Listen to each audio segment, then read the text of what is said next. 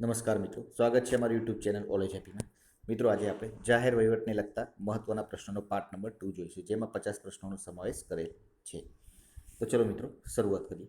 First question: જાહેર વહીવટનો અર્થ શું થાય? જાહેર વહીવટનો અર્થ મતલબ સરકારી વહીવટ. લેટિન ભાષાના એડ અને મિનિસ્ટ્રેટ ના શબ્દ ઉપરથી એડમિનિસ્ટ્રેશન શબ્દ આવ્યો, જેનો અર્થ થાય લોકોની દેખરેખ કરવી કે સેવા કરવી કે કાળજી રાખવી. આથી જાહેર વહીવટ એટલે સરકારી વહીવટ એવો અર્થ થાય છે. બીજો ક્વેશ્ચન: જાહેર વહીવટના પિતા તરીકે કોને ઓળખવામાં આવે છે? જાહેર વહીવટના પિતા તરીકે વુડરો વિલ્સનને ઓળખવામાં આવે છે. થર્ડ ક્વેશ્ચન: જાહેર વહીવટ એ વહીવટશાસ્ત્રનો એવી વિભાગ છે કે જે સરકાર સાથે સંબંધ ધરાવે છે અને એમાં કારોબારી ન્યાય વિષયક વહીવટી પ્રશ્નો પણ આવે છે. આ વાક્ય કોના મત મુજબ છે? તો આ વાક્ય લ્યુથર ગુલિકના મત મુજબ છે. ચોથું ક્વેશ્ચન: લ્યુથર ગુલિક કયા દેશના વહીવટશાસ્ત્રી હતા? તો અમેરિકન વહીવટશાસ્ત્રી હતા. લ્યુથર ગુલિક અમેરિકન વહીવટશાસ્ત્રી હતા. પાંચમું ક્વેશ્ચન: પોસ્ટકોર્પ POSDCORBનો અર્થ સમજાવો. P મતલબ પ્લાનિંગ આયોજન, O મતલબ ઓર્ગેનાઇઝેશન સંગઠન, S મતલબ સ્ટાફિંગ કર્મચારીગણ, D મતલબ ડાયરેક્શન માર્ગદર્શન, C&O કોઓર્ડિનેશન એટલે સંકલન, એન્ડ R એટલે રિપોર્ટિંગ અહેવાલ અને B એટલે બજેટિંગ અંદાજપત્ર. તો POSDCORBનો અર્થ આ થાય છે. છઠ્ઠો ક્વેશ્ચન: ઈ ગવર્નન્સ કોને કહેવામાં આવે છે? ઈ ગવર્નન્સ કોને કહેવામાં આવે છે? રાજ્ય વહીવટ માટે ઈમેલ, વિડીયો કોન્ફરન્સ, મોબાઈલ જેવા ઇલેક્ટ્રોનિક સાધનો દ્વારા વહીવટ કરવામાં આવે તેને ઈ ગવર્નન્સ કહેવામાં આવે છે. સાતમો ક્વેશ્ચન: રાજ્ય વહીવટનું સંગઠન કયા સિદ્ધાંતના આધારે ગોઠવાયેલું હોય છે? તો રાજ્યનું વહીવટનું સંગઠન અમલદારશાહી બાયરોક્રેસી દ્વારા ગોઠવાયેલું હોય છે. આઠમો ક્વેશ્ચન: ખાનગી વહીવટનું સંગઠન કયા સિદ્ધાંતના આધારે ગોઠવાયેલું હોય છે? તો ખાનગી વહીવટનું સંગઠન વ્યવસાયિકતાના આધારે ગોઠવાયેલું હોય છે. નવમો ક્વેશ્ચન: રાજ્ય વહીવટનો પ્રથમ તબક્કો કયો છે? રાજ્ય વહીવટનો પ્રથમ તબક્કો 1887થી 1926 સુધીનો છે. દસમો ક્વેશ્ચન: રાજ્ય વહીવટનો બીજો તબક્કો કયો ગણાય છે? તો રાજ્ય વહીવટનો બીજો તબક્કો 1927થી 1937 સુધીનો ગણાય છે. 11મો ક્વેશ્ચન: મેક્સ વેબરે કયો આદર્શ આપ્યો? અમલદારશાહીનો આદર્શ આપ્યો. 12મો ક્વેશ્ચન: રાજ્ય વહીવટનો ત્રીજો તબક્કો કયો ગણાય છે? તો રાજ્ય વહીવટનો ત્રીજો તબક્કો 1938થી 1947 સુધીનો ગણાય છે. 13મો ક્વેશ્ચન: રાજ્ય વહીવટનો ચોથો તબક્કો કયો ગણાય છે? ચોથો તબક્કો 1948થી 1970 સુધીનો ગણાય છે. 14મો ક્વેશ્ચન: રાજ્ય વહીવટનો પાંચમો તબક્કો કયો ગણાય છે? પાંચમો તબક્કો 1971 પછીનો તબક્કો પાંચમો તબક્કો ગણાય છે. 15મો ક્વેશ્ચન: કયા વહીવટશાસ્ત્રીએ કર્મચારીઓને વહીવટની આધારશિલા કહી છે? જ્હોન પીફનર નામના વ્યક્તિએ વહીવટશાસ્ત્રીએ કર્મચારીઓને વહીવટની આધારશિલા કહી છે. 16મો ક્વેશ્ચન: ઈસવીસન 1887માં વુડરો વિલ્સને કયો નિબંધ લખ્યો હતો? તો વુડરો વિલ્સને વહીવટનો અભ્યાસ 1887માં નિબંધ લખ્યો હતો, સ્ટડી ઓફ એડમિનિસ્ટ્રેશન. 17મો ક્વેશ્ચન: રાજ્યના વહીવટી કાર્યો કોના નામથી થાય છે?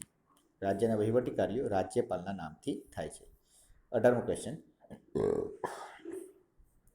કઈ સમિતિની ભલામણોના આધારે ઇમ્પિરિયલ સેક્રેટેરિએટનું વિભાજન કરી દેવાયું હતું? તો મેક્સવેલ સમિતિના ભલામણોના આધારે. 19મો ક્વેશ્ચન: જાહેર વહીવટની અભ્યાસ તરીકે એક વિષયની શરૂઆત અંદાજિત કેટલા વર્ષો પહેલાં મનાય છે? જાહેર વહીવટની અભ્યાસ તરીકે એક વિષયની શરૂઆત અંદાજિત કેટલા વર્ષો પહેલાં મનાય છે? 125 વર્ષ પહેલાં મનાય છે. 20મો ક્વેશ્ચન: ગુજરાત રાજ્ય અલગ થયું ત્યારે સૌ પ્રથમ સચિવાલય ક્યાં બનાવ્યું હતું?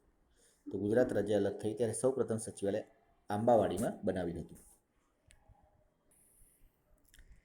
21મો ક્વેશ્ચન: કયા અધિનિયમ દ્વારા કેન્દ્રીય જાહેર સેવા પંચનું નામ સંઘ જાહેર સેવા આયોગ કરી દેવાયું?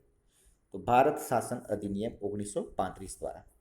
22મો ક્વેશ્ચન: જાહેર વહીવટનો સંબંધ સરકારના વહીવટ સાથે છે. વ્યાખ્યા કોને કરેલી છે? E.N. ગ્લેડેને વ્યાખ્યા કરેલી છે. 23મો ક્વેશ્ચન: કયો દસકો જાહેર વહીવટના વિકાસના ઇતિહાસમાં આંતરિક ઉથલપાથલનો રહ્યો હતો?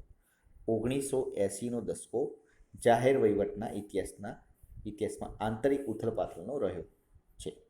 24મો ક્વેશ્ચન: પંચાયતના હિસાબનું ઓડિટ કયા અધિનિયમ હેઠળ થાય છે? પંચાયતના હિસાબનું audit Gujarat local fund audit અધિનિયમ 1963 હેઠળ થાય છે. 25મો ક્વેશ્ચન, કોના માટે એ સરકાર સૌથી સારી છે જે સૌથી ઓછું શાસન કરે છે? આ કોણે કહેલું છે? ફ્રીમેને કહેલું છે.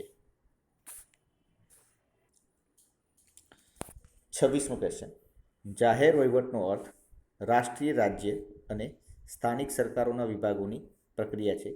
આ વ્યાખ્યા કોને કરેલી છે? હર્બર્ટ સાયમને આ વ્યાખ્યા કરેલી છે. 27મો ક્વેશ્ચન, તાલુકા પંચાયતની કારોબારી સમિતિમાં વધુમાં વધુ કેટલા સભ્યોની બનેલી હોય છે? 7 સભ્યોની બનેલી હોય છે. 28મો ક્વેશ્ચન, જિલ્લા પંચાયતની બેઠક સામાન્ય રીતે કેટલા માસે મળવી જોઈએ? સામાન્ય રીતે 1 માસે મળવી જોઈએ. 29મો ક્વેશ્ચન, ભારતમાં માનવ સંસાધન વિકાસ મંત્રાલયની સ્થાપના ક્યારે કરવામાં આવી છે? 26 સપ્ટેમ્બર 1985ના રોજ કરવામાં આવી હતી. 30મો ક્વેશ્ચન, વિશ્વ સૌપ્રથમ ભરતી પદ્ધતિ કયા દેશમાં શરૂ થઈ હતી? વિશ્વમાં સૌપ્રથમ ભરતી પદ્ધતિ કયા દેશમાં શરૂ થઈ હતી? ચીનમાં શરૂ થઈ હતી. 31મો ક્વેશ્ચન, જિલ્લા પંચાયતની બાંધકામ સમિતિની મુદત કેટલા વર્ષની હોય છે? 2 વર્ષની હોય છે. 32મો ક્વેશ્ચન, ભરતી માટે યોજાતી લેખિત કસોટીના મૂળ શોધક કોને માનવામાં આવે છે? જે ભરતી માટે યોજાતી લેખિત કસોટીના મૂળ શોધક કોને માનવામાં આવે છે? લોર્ડ મેકોલોને. 33મો ક્વેશ્ચન, નીતિ વચનના રચયિતા કોણ છે? કન્ફ્યુશિયસ જે નીતિ વચનના રચયિતા છે.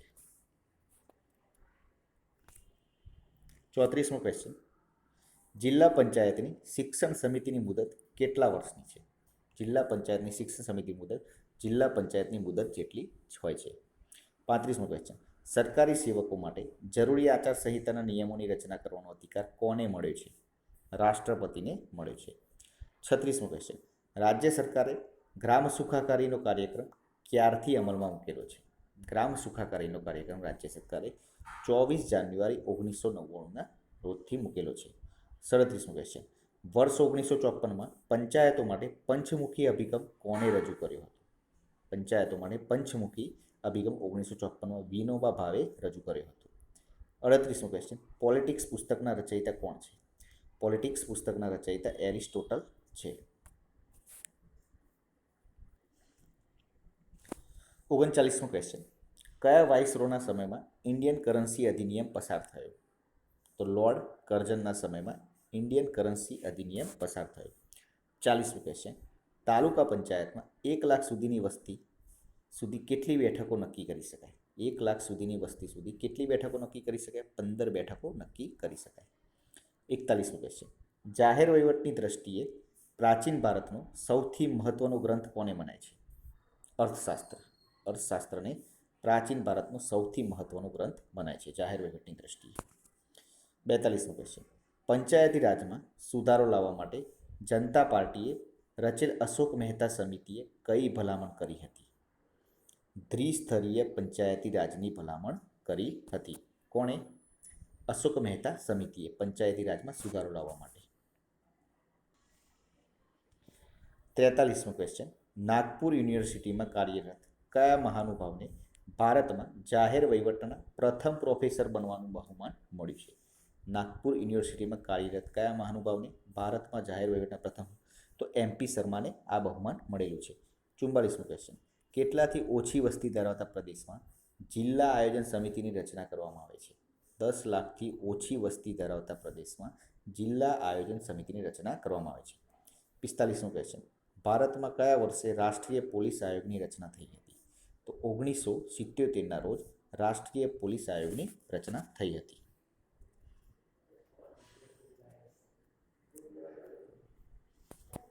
46મો ક્વેશ્ચન, વુડ્રો વિલ્સનની પ્રથમ પુસ્તક કઈ છે? વુડ્રો વિલ્સનની પ્રથમ પુસ્તક કોંગ્રેશનલ ગવર્નમેન્ટ છે. 47મો ક્વેશ્ચન, ગ્રામ પંચાયતનું અંદાજપત્ર તાલુકા પંચાયતને કઈ તારીખ સુધી મોકલવાનું હોય છે?